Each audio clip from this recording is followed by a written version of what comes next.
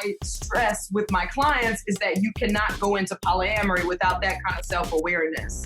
If you don't understand what the purpose of a relationship is, if you don't understand that you're attracting your mirror, if you don't understand that your trauma is unhealed and these relationships are going to bring them up for healing, then you really don't understand relationship in general.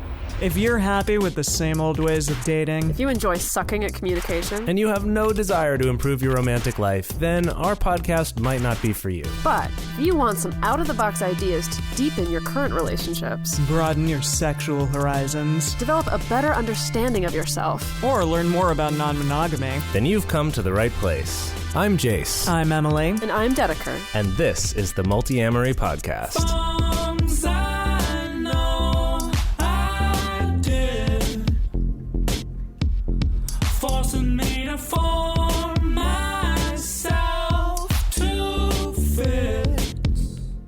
On this episode of the Multiamory podcast, we're speaking with Kenya K. Stevens. Kenya K. Stevens is a relationship expert, coach, best-selling author, wife, and mother of three. She graduated from Howard University in Washington, D.C. with a degree in education and child psychology. Not only did she scoop up a degree, but she also met and married fellow Howard student Carl Stevens. Kenya and her husbands are the founder, and her husbands, wow, I threw a plural in there. Kenya and her husband are the founders of Progressive Love Academy, which has certified over 150 coaches and Tantra practitioners. So Kenya, thank you so much for joining us today. Thank you so much for having me. Now, Jase, it's pretty funny that you put a plural with the husbands thing, because Kenya, on your Instagram, I see you do refer to your partners as like husband number one and husband number two. Is that right? I do. And I think that's cute, but then some people say that's hierarchy. Right. So interesting. I was with this one first, that's number one, and then this one second, that's number two. I see, yeah. Can do like husband one and husband A or something. And then like... It is kind of funny how if you call them husband one and husband two, it sounds like the one is the primary one. But then if you say husband 1.0 and husband 2.0, it seems like the second one's the better one. Ooh. Oh, there you go. I like that. Okay. So I'm just going to dive in here. So you have been practicing polyamory, you've been coaching others, and you've also been training other coaches for over a decade now. And in the course of that time, there's definitely been an explosion of interest in non-traditional relationships, and so we've been running the show only for 5 years. And even for us in the last 5 years, we've really witnessed some major changes. What do you think has caused that? Well, I think that I caused it. I mean, people talking about it have caused it. I'm the first person of African descent, the first woman of African descent in this country to openly live a polyamorous lifestyle and to advocate for it openly. Now, of course, there are so many people living polyamory. Many don't even know it. But I think what's causing it now is that movies and social media and mainstream media is catching up and utilizing those themes. For instance, Olivia Pope, she's dating the president. The president is married. So these mass media sort of polyamorous scenarios cause people to catch up with the timeline that, hey, monogamy is not really working for the majority of the citizens in this country. Yeah, we recently had that interview with Willow Smith that came out, which I think was huge. Yeah, that I saw that you talked about on your Instagram. Oh, it was lovely. I was so happy to see Willow because I think the younger generations can really do this more easily and with more stealth than, those who have been in traditional views for so long and they judge themselves based on traditional views. Right, definitely. And now I do want to segue that a little bit and talk about like what you see happening in the future and whether that's kind of the future of society as a whole or the future of specifically what the younger generation is going to do, or maybe even what you see your own kids doing as far as kind of carrying these values or, really abandoning more traditional values around this. Sure. I look for a society that has that, where we really step into a new paradigm. There should be no reason why human beings are not free in general in every way. So polyamory is just one of those stops on that train toward freedom. The concept that I can't do what I want with my body just because I'm married or just because I have children or just because I'm a woman, these things hold us in the old paradigm. And the old paradigm is not really productive for the creativity that we need to solve the world's problems. And understand, like, we have serious concerns right now in our society, and to resolve them, we have to move beyond that which created those concerns, and that is lack of freedom, lack of mental acuity, lack of expansion. So that's awesome. Where polyamory is going. Is expanding us as a species and helping us to really develop the kind of society that we really want to live in. Right, definitely.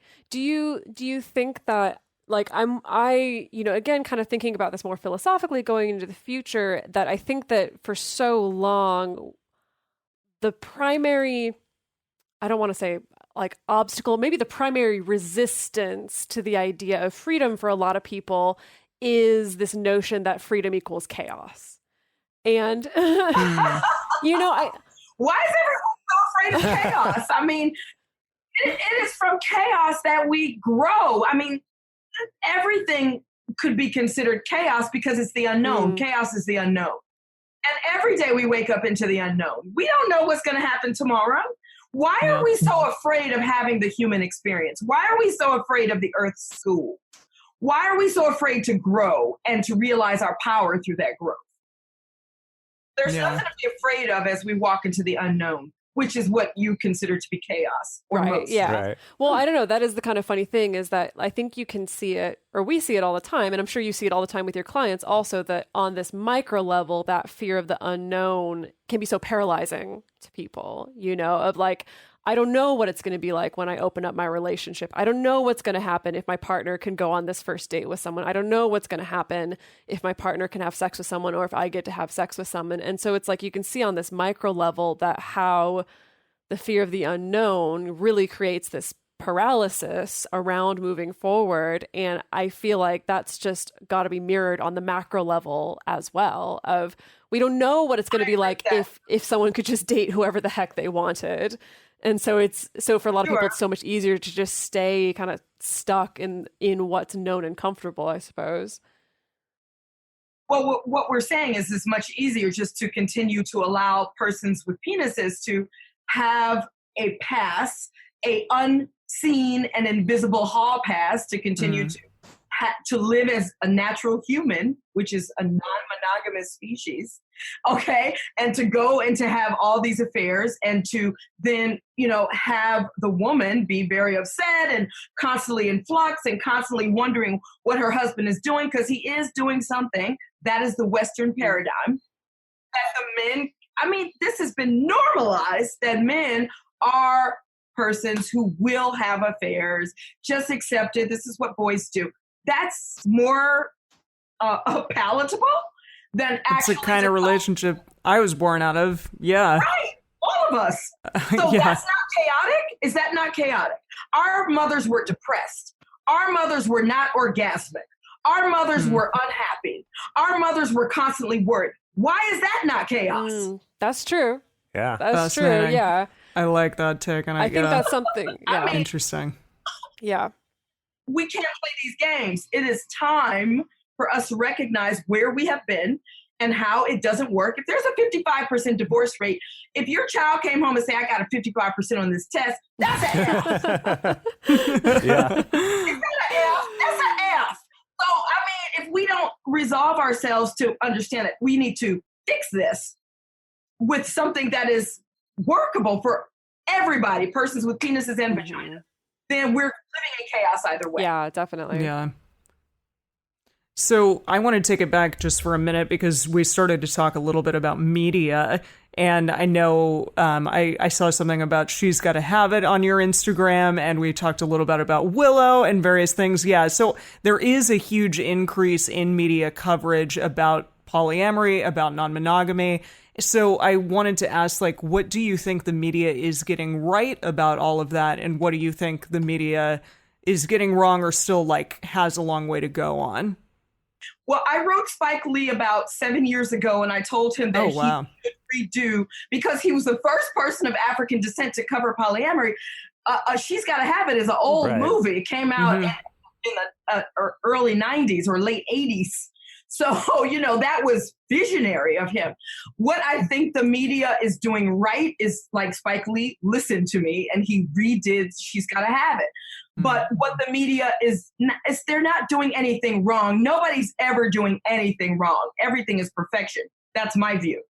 But what they could improve upon and move more quickly on is really dealing with the people who are in polyamory, bringing their stories out. Why are we making up fiction? I live here with 2 husbands and our children. Where's the camera? You understand?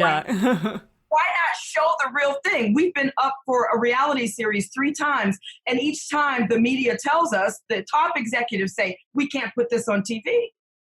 We cannot show a woman who doesn't have the drama, who is a CEO, who is intelligent, who has brown skin, living in a free way, because this is going to influence, you understand? Media is influencing all of us. I don't know how quickly they want it to come about, but I wish that they would provide the tools, because it's coming about either way. Well, I think that's always the struggle with like real life portrayals in the media, because I know something that we've come up against, that a lot of our friends have come up against, who are approached by producers or approached by people who want to develop a show, is that sometimes it can be essentially, we've seen a lot of disappointed producers when they realize there's not quite as much drama as they thought there was going to be. You know, what, like once they realize like, oh, this wouldn't, like, okay, we would have maybe 2 episodes worth of content as far as drama goes. And then it's just like really quite normal. You know, then it becomes like, oh, well, I guess we got to go find some like, you know, some people who are having much more drama trying to work out their polyamory. Or create fiction. Yes. And I don't understand. Yeah. I mean, it's like, if you think about, I mean, even with monogamous relationships, that a show about like a healthy, well-functioning monogamous relationship with people who are happy, people probably wouldn't watch that, because it's just sort of like, it doesn't get made. It doesn't get made. Yeah. And maybe that's too bad. Maybe it'd be great if we did watch that, but I feel like we just don't, right? We like the stuff that gets put on TV and made into movies has to be like, there's drama, there's stuff going wrong, everyone's hurt, everyone's upset, and then maybe finally they're happy at the end. You know what I mean? Right. Well, one thing that you guys talked about was chaos, and moving out of that chaos is removing our addiction to drama. Most of my That's a really good point. Myself, I was addicted to drama. So when I got married, if a day went by and we didn't have like a flare up, I would think this was a weird day. Like I myself was addicted. It's a hormone, it's a chemical that matches that. You understand, you've seen What the Bleep Do We Know in the movies about. Oh, I love that movie. You are creating a chemical to match every emotion. So you can be addicted to the chemical that matches sadness or extreme anger. And so that takes time to undo. And those are the types of things I do with my clients. But I don't think the American public at large has done that yet. And there is a drama addiction. Right. Yeah, just even realizing that is incredible. And you saying it out loud, that, that tends to just be what I think most people are used to in their relationships. It's like you need that fix, I guess, of that drama in your life, or else like it's not exciting, it's not worth it. You should move on to the next one. Yeah, well, I know you've talked in your content a little bit about kind of family trauma that you can carry on into your relationships, and I know something that I very much carried into my relationships, because like when I was growing up, I never saw a fight that was resolved or a conflict that was resolved. I never saw repair happening. Like I only saw these borderline toxic fights. And so that was all I knew. You know, that was just like, that's what a relationship is like you have the honeymoon phase and then you get ready to gear up to just have occasional toxic fights, maybe once a week or once a day or whatever. And I think that that's a whole heck of a lot of people carrying kind of that same thing into their relationships now. And the idea of a relationship where repair is really easily accessed or trust is really easily accessed. It's like we get so, like if you actually get that as a model from your parents, like you're such a tiny, shiny, glinting, shimmering star in this deep, vast darkness of space, like with its rarity, is what I mean. Right, absolutely. And one thing that I stress with my clients is that you cannot go into polyamory without that kind of self-awareness. If you don't understand what the purpose of a relationship is, if you don't understand that you're attracting your mirror, if you don't understand that your trauma is unhealed and these relationships are going to bring them up for healing, then you really don't understand relationship in general. So then how can you be in poly? Now you're going to have all of these trigger points. All of it. You cannot manage that without that kind of self-awareness, which is why I do the Multiamory talk show. It feels like you guys understand that. And to me, that's the crux of poly. Well, that's our hope anyway. I mean, I think for myself personally, I had to learn the hard way that it's like, oh yeah, doing this is going to like shine a big old spotlight on every little trigger, every little crack, every little insecurity. It's going to bring it all out into the light. And that's not a bad thing. That's a very good thing. But it's thank God. But you got to be ready for that, And I think when I first started, I wasn't ready for that. Like there was no part of my brain that conceptualized that that's what might happen. Right. Good. Well, yes, that's what we do. We provide, we start with a foundational premise that the purpose of a relationship is growth. And the benefit is love. So if you've ever been through that challenge with your lover and you got to the other side, then you've experienced what love is. It has pushed you and made you a new person. Okay, that's what love is. So we start with that and we move on to the other principles and premises of progressive love. Polyamory, you need tools, and that's what we provide. So I want to shift gears and talk a little bit about community. So on our show, we often encourage people to connect to community. And in your own content, you've also reiterated that community is necessary if you're polyamorous. Now, you've also talked about the fact that at the same time, Western culture teaches us that it's possible to be 100% self-reliant and we can get our community needs met either by no one but ourselves or just by a very small handful of people. And I remember in one of your videos, you even said that it's dangerous to attempt a non-monogamous relationship without community. Can you talk a little bit more about that? Oh, yes. I mean, because you have to vent. Your ego is going to come up. Your animal is going to come up. I mean, it's going to be aroused. Your animal's going to wake up. I mean, it's going to be pain. There's going to be depression, problems, sadness, and you need people to go and vent to. I have a whole process of my newest book, Up Level, talks about a communication process, but the biggest part of communication is allowing your ego to express itself. And that's something the West does not like. If you're at work, say that you don't like your boss. Not say you don't like, but in polyamory, you have to say, you have got to get this stuff out of your body.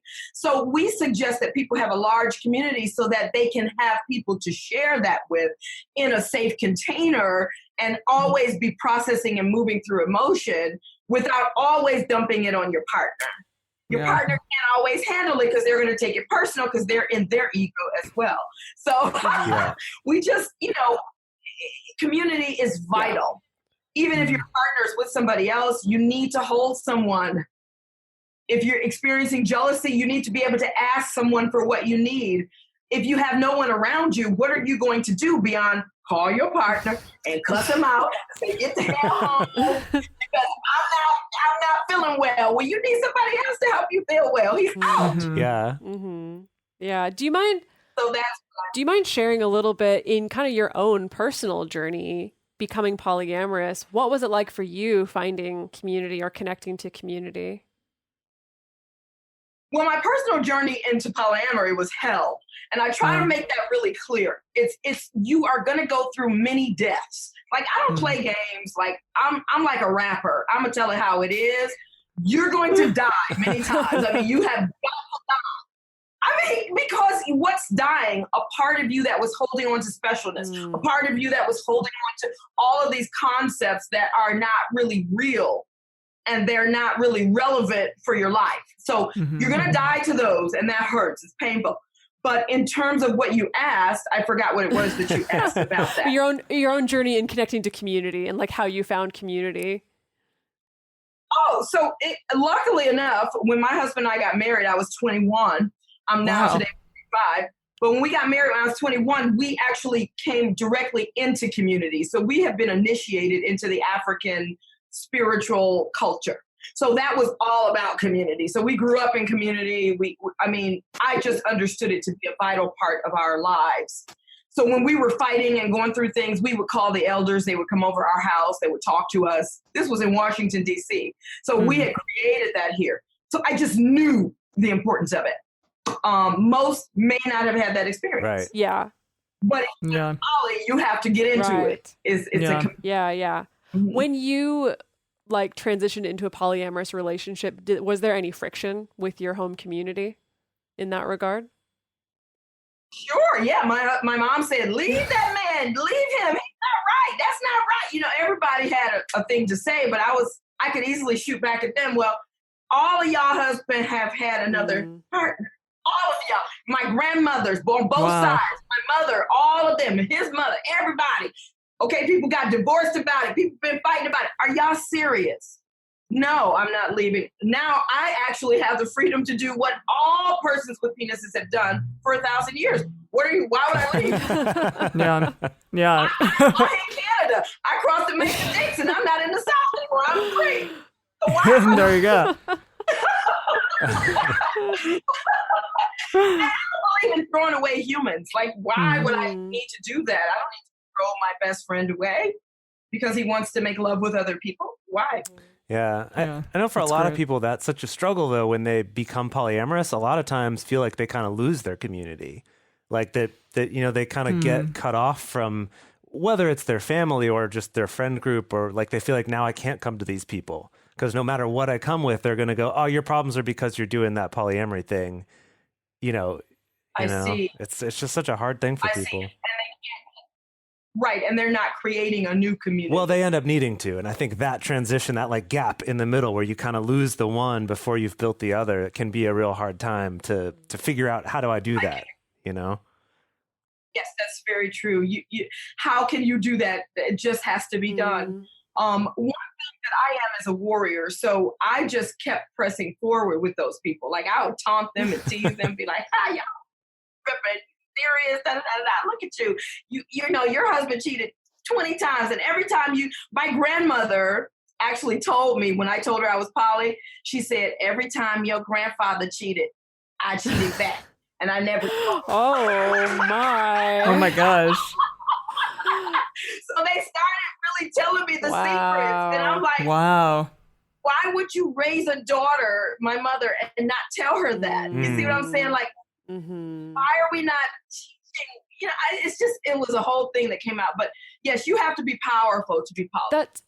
That's so interesting about the secrets coming out, though, because I feel like that's, I'm sure you've experienced this many times, but it's like when you're the only person in the room or in the community or in the conversation willing to openly talk about these things, like your own desires or like yourself as a sexual being or whatever, that it's like often the reaction can be both this like kind of revulsion or this pulling away, but then also there's just a lot of people who just immediately like it all comes spewing out, you know, like there's so many people where I just mentioned in passing, I'm like, oh yeah, like I have a podcast, we talk about polyamory or whatever. And then they're like, oh my God, so like 6 months ago we had this threesome and it just went horrible. And like, and this is what I thought was going to happen. And then this is what she thought was going to happen. And then she's like, oh yeah, and that's what I thought. And I'm just like, oh gosh. You're like, don't care, well, bye. It's not that I don't care. But it's not that I don't care. I mean, sometimes I'm kind of like, I do this for a living, so I can only take so much of this. But on the other side of it, I'm like, clearly it was like there were these floodgates holding things back. And clearly this is stuff that people want to be talking about, even if they are not polyamorous. It's like they still want to be talking about just the fact that like we're attracted to more than one person over the course of our lifetimes, or that we are sexual beings or stuff like that. I don't know. I mean, y'all have experienced that. Definitely. Yeah. Oh, yeah. And that's the beginning of your formulation of community. There you go. Yeah, I suppose that's true. It takes vulnerability. If you're vulnerable, you will create community around you. Yeah, I like that. Okay, so I'm going to pivot us again. All right, so a lot of your content talks about being, how important it is to be honest and transparent and vulnerable with your partners and being able to honestly and authentically share your desires and your fantasies and your needs and all of that. However, for a lot of people, they've never done that and they feel like they can't, right? Like from the beginning of their relationship, there's like, these are things I can't talk about because, maybe they'll leave me or they'll judge me for it or they'll use this against me or whatever it is, even if that's just in their own head, right? It's like, I can't be honest. And I feel like our culture teaches us that. It's like, there are certain things you just don't share with your romantic partners, or at least not with the ones you really care about, and that's just normal. And so for someone who's maybe, listening to this podcast or who's checking out your Instagram and it's like, oh my God, the idea of being honest and authentic sounds amazing. But like, how would I even get there? How do I get to that? Do you have any advice for someone who's like, how do you take those first steps when you don't feel like you can? Yes, I never think about, I really let my clients know that I never think about how. How is not a relevant question. I think about why and what. Okay, why would I do that? Why would I say something that might make my wife leave me? Why would I do that? Oh my gosh, because of my what? Because I would like to have a certain level of freedom. I would like to be able to express myself fully. Like, what do you want? If you don't want that, if that's not your what, then there's no reason to do that. You understand? But if you have a what, and then you understand you have a why would I want to do that? Oh, because it would feel so good. I would finally feel like I'm living my life. I would be happy. Then that's what you need to be going for. Who's not going for their own happiness? But never think about how, because how will be revealed to you. How is a revelation. How is a goddess. How is a goddess? Her, think about what you want and why you want it. And then you will be given the hows. Yeah. Okay. I feel like there's such a, I think in the pursuit of that, I know, I can call to mind like my own experience, which is the only experience I can really speak from. But I think about way back in the day, coming from this place of just automatically assuming like, yes, I know this is what I want. This is what I desire. This is what I fantasize about. But telling my partner that is not going to feel good because there's no way my partner can love me if I've been that open and honest and vulnerable with them. And I feel like I see a lot of that. And it doesn't even necessarily have to be about polyamory. I think it could be about just as simple as like a weird sexual fantasy you have, but I think that it's even precluded by this idea of like, there isn't someone out there who's going to love me even when I'm this vulnerable with them. I feel like I come up against that a lot. I totally understand that. I just am a roughneck. I'm from Detroit. When my partners come to me, no, I'm serious. When my clients come to me, what they're going to experience is opening up. And, getting into what they want. What do they truly desire? And I really, as a coach, that's what coaches do. If I'm coaching a basketball team, I'm get a piece of juice, get up there. So I'm going to tell my clients, say what you want. There's nothing wrong with what you want. There's nothing wrong with who you are. This person's not going to leave you. If they do, it's their loss. Like, I get in there. Like, we don't have time for this, like, playing around. We don't. Yeah. I'm just curious, like in your work with your clients, what are the most common obstacles that or like the most common sticking points that you see people kind of stumbling over on the path to opening up? Communication. That what you're talking about. They've not been taught to express their animal and their ego and their highest self. They don't know which one is speaking. So in my book, I talk about the fact that if you're going to speak, you have to say that. You have to tell us who is speaking. If I'm going to speak to you, let's say Emily, Emily, I really have something on my heart. I have something on my mind. Do you have a space to hold for me right now? Can I share this? It's actually about you. Absolutely. Thank you. Let's do this. This is just my ego speaking. It's probably all lies because all the ego does is lie. But, and I know everything is to grow me. So I just want to share this and get it out of my ego's chest. Okay. Then I would share what I want to share. Yeah. I'm really tired of this. You're doing this with my partner. I let you be with my husband, and now you want to be with him 4 nights a week, and I told you it was only 2 nights a week, and blah, blah. So now I'm going to express that. Mm-hmm. And after I finish, it's thank you for sharing. How can I support you? So I have a whole list of things. It's like a flow chart of how to communicate. But most people just don't have the space to hold for each other. And I teach people how to hold that space. Now, I kind of like this role play. Okay, because so you talked about like speaking from the ego, and I think you also mentioned speaking from like the animal or the higher self. Animal and higher self. I know. I want to do all of those. Well, I just want to know also what each are. Oh, sure. Yeah. So the ego is the mediator between your higher self and your animal. Okay. Your animal is your feelings. It's feelings. All raw emotion is animal. I want to kill you, or or whatever you're feeling is your animal. You are an animal. I don't know where humans got away from this, right? Totally. So you're an animal. The ego is mediated. Okay, it senses what the animal's doing, and then it says, well, this is how we're going to present that to look good. The ego always wants to look good. Well, I don't feel that this is appropriate behavior for polyamory. Oh my God. You're my next. That's the ego. And the ego is so funny. I'm constantly laughing at how the ego shapes what the animal's feeling and presents it so that you don't look vulnerable. You don't look like you mad. Oh, you mad? No, I'm not mad. Right. The ego is so fake. So fake. You mad, Yeah, interesting, yeah. And then the higher self is that which knows all is well. Nothing is. All things serve to further. Everything is perfection. I am growing. That's the highest self. But in this culture, we're not taught to understand the difference between those 3 voices. And so we just talk. We think, that's my truth. No, it's not. That's your animal. That's your ego.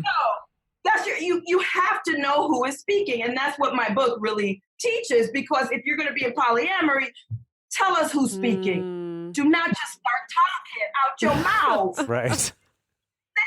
Yeah. No, so that you know? No, I really like that, because definitely, okay, so I started working with clients in the last, 3 years or so? The last 3 years. So relatively new for me. And I do feel as there's starting to be a little bit more cultural literacy around polyamory, and I think especially within the polyamorous community, there's a little bit more literacy around best practices and worst practices, and like, here's some maybe good morals and values to ascribe to, and here's some maybe toxic ones.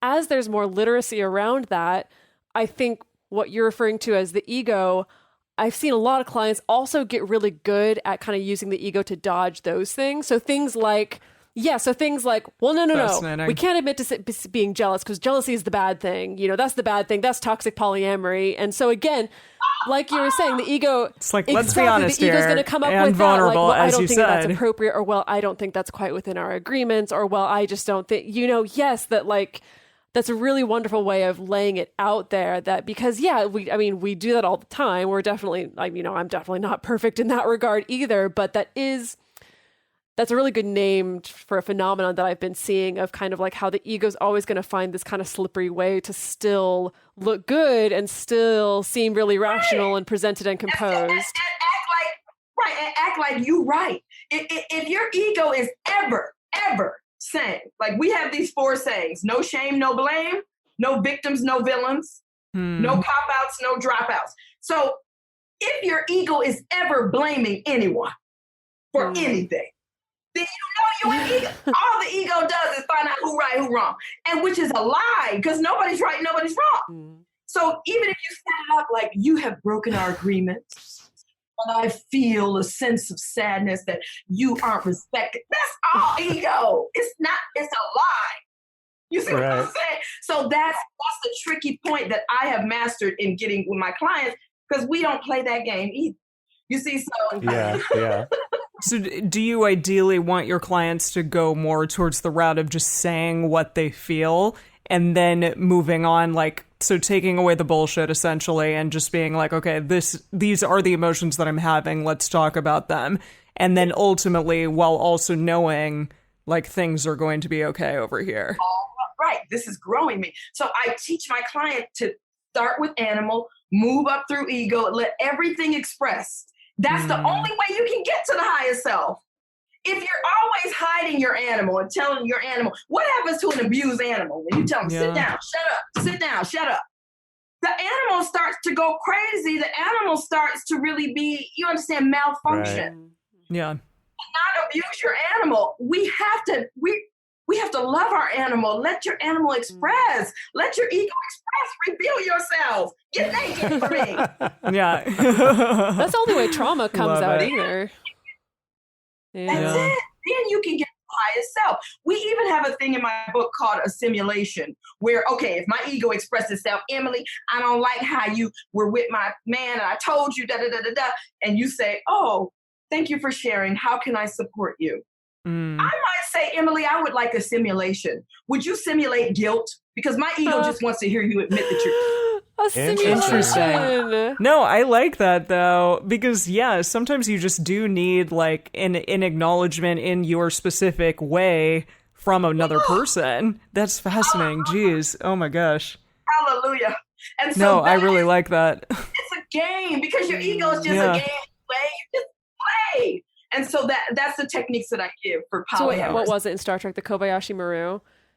Oh, So like the like, simulation. I need you to step into the Kobayashi Maru with me, simulate guilt, or simulate whatever. That was the name of the specific simulation in the Starship Bridge simulator thing. Okay. I'm such a Wow, tricky. yo. I'm such a tricky. I love it. I never thought of that. So, okay, I want to talk about your Instagram a little bit, which, by the way, we're kind of reworking our Instagram, and I used yours as like, this is how I want it to look similar to this, because it's gorgeous. It's also like, you see it and you're like, okay, I know what I'm looking at here. Like, I understand kind of what this is all about. It's just really, really well done. So I do love that. But on there, you recently posted this video where you're explaining why female threesomes are not polyamory. So we talk a lot on our show about things like one penis policy and unicorn hunting and how they can definitely be at least ineffective or at worst destructive and harmful. But when we talk about things like that, we do sometimes get pushback from people in one penis policy or unicorn hunting relationships.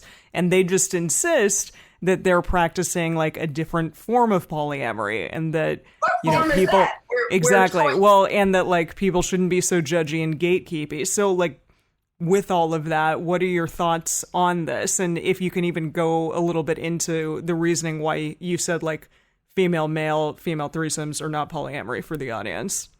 Absolutely. Yeah. This is just my ego speaking, but we're not disclaimer. We're not playing this game because the higher self says it doesn't matter what we call each other. It doesn't matter the labels. Who cares? Like, that's the higher self. But for my ego's sake, and for the sake of coming out of a system of 1,000 years, but why don't we recognize what women were 100 years ago, 200 years ago, let alone women of African descent? Let's not play games. It's slavery. Mm-hmm. We're not playing a game where polyamory is like, oh yeah, we can be poly, but it still means that a woman is not at choice of what she does with her body. Yeah. That's not polyamory. Polyamory is many loves. Nowhere in there does it designate that a man should have many loves and a woman should not. Mm-hmm. So they need to make up another name that's swinging or something else. When I think of polyamory, I think of a whole new paradigm where humans are free to make choices for their own body. I don't care if they have a penis or a vagina. That's how I think of polyamory. So I don't know why I have clients come to me and say, oh, well, me and my wife are going to have threesomes. We're interested in polyamory. I say, oh, she can have who she wants. You can have who you want. No, it's just we're going to have threesomes with women. That's not polyamory. I respect you, but that's not what that is. If we're creating a paradigm, it has to be clear that there is freedom for all. Why can't we ever have a paradigm that's about freedom for all? What's wrong with that? So what tends to be your... There's absolutely nothing wrong with that. There's nothing wrong with that. So what tends to be your approach with those clients who kind of come in with that notion of like, we've made up our mind and this is how it's going to go, and she only wants to be with women. So then we're just going to decide we're both only going to date women and that's going to be okay. Like, what tends to be your approach? Oh, I let them know that, I don't know if I'm the coach for them. because because I have thousands of clients. If you coach with me, you're very, very privileged. You have an opportunity of a lifetime because I'm the best at what I do. But I tell them, look, I don't know if I'm the coach for you, because the way that I will coach you, she will be able to tell you her authentic truth. And any authentic truth of any human is that humans are not monogamous species, and they want to be at choice whenever they walk into the world. They want variety. All humans, from children to adults, from every race to every sex. So I can't promise you that she will be falling into that program, and I can't promise you that you will want to hold on to that program once you really get authentic and deal with your fears. Yeah, that's really hard for a lot of people to hear. Yeah, I feel like it's funny thinking about like the ego trying to justify everything, like you were saying before, and I feel like I've heard so many of these different arguments of being like, no, but we are equal. Like, she can sleep with women and I can sleep with women. That's equal, right? Like, I can't sleep with men, she can't sleep with men. That's fine. She's happy with just me as the only penis. Like, that's really how it is. Yeah, okay. No, polyamory means at choice. Now, if you are at choice in that kind of relationship, let's see. Because if you're at choice and you have some new information and you have some new experiences, will you still choose that? So at choice is even a tricky topic. Yeah, for sure. Are you at choice, or are you at conditioning? Or you have fear? If I do that, if I say I want that, my husband will leave me. Yeah, that's a big one. Yeah. That's a big one. So much of it comes back to fear, I think. Like fear of being alone, or fear of being rejected, or just like fear of who you might be if you actually acknowledged all the animal stuff going on. Yeah. Yeah. Yeah. One thing, something that what you were saying earlier about like the three different parts, right? And kind of that we're not taught to identify who's speaking, like which of these voices is speaking right now.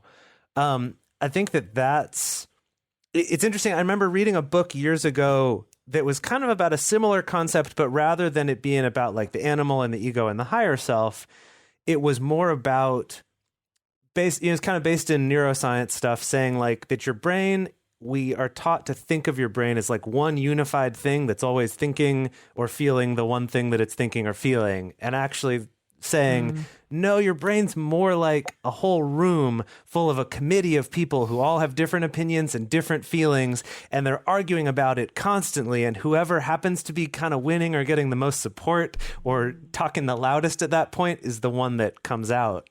And it's like, I think sometimes when we try to, like when we buy into that illusion that our brain is always consistent and it's always thinking one thing, we can end up, like we can end up in these. Are those persons who built that theory listening to their own thoughts? I mean, but also I feel like that completely disregards the fact that you have this whole nervous system below the neck that also weighs in on these things. It's not just what's happening up here. There's also all this down here that also has a say in a lot of these things. For sure. Yeah. I mean, just having a heart and a brain, just those two elements, you understand? Like, those two alone, feelings versus thoughts. I mean, how can anyone not feel the divergent thoughts in the brain that are constantly happening together? And learning how to sort those and really understand where each is coming from and respecting each. That's what the indigenous people did. They respected, like, persons would come from other countries and come into an indigenous place, and these people would be dancing and hollering and letting their animal act all crazy. Everybody say, oh, they're heathens. What are they doing? No, they understood the animal has to express. Then they're all sexual, and their clothes are off. And, what are they doing? They understood the science that you have to respect yourself as an animal, as an ego, as your highest self. And they also categorize archetypes. So you have all those archetypes within you. I mean, it is phenomenal, the psychology of the indigenous ones. Seriously. Yeah. That's where my work comes from. Yeah. That's powerful stuff. Yeah. And speaking of your work, you were running us through kind of like the 4 set phrases that you have at Progressive Love Academy, and you cut off before the third one. Can you run us through those 4 really quick? Yeah, there's no shame, no blame, no victims, no villains, no cop-outs, no dropouts, and the purpose is growth while the benefit is love.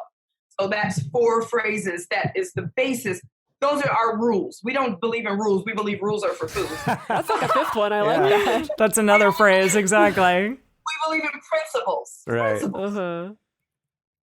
Do we need rules if we have principles? Mm-hmm. So, the no shame, no blame, no cop out, no dropout, all of that is how we start our clients on the ground floor. Right. Wow. That's some really pretty amazing stuff. Yeah. Yeah.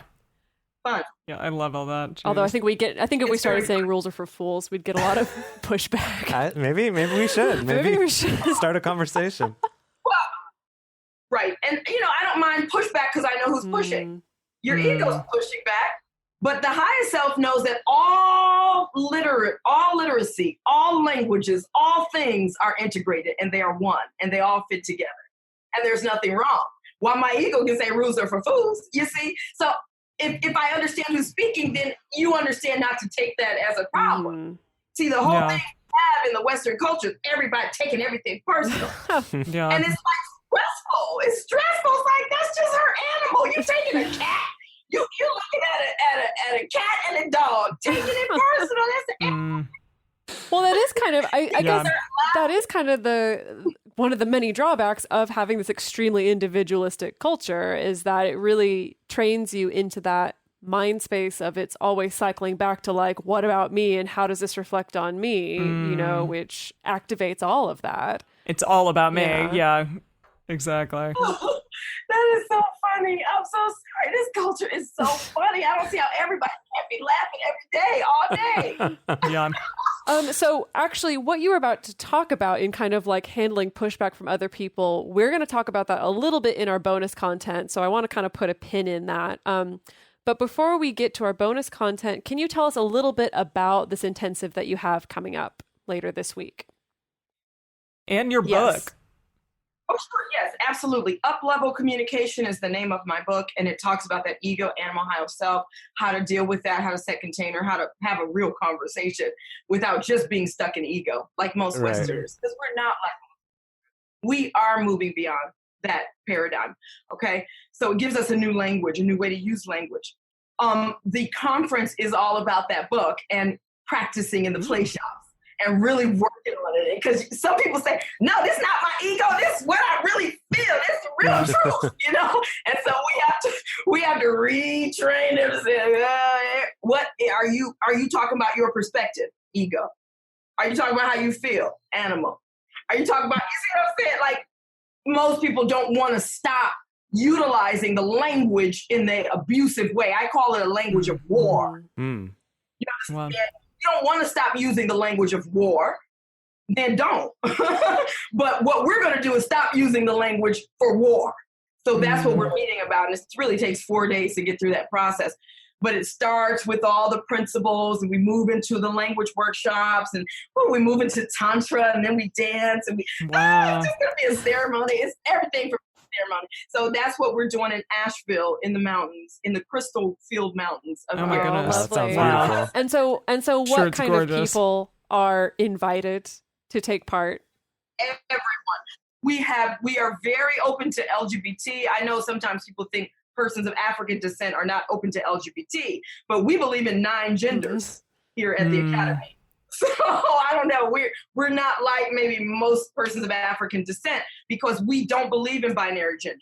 So anyone of any gender, anyone of any sexual orientation, anyone of any race, any age, we don't believe in race.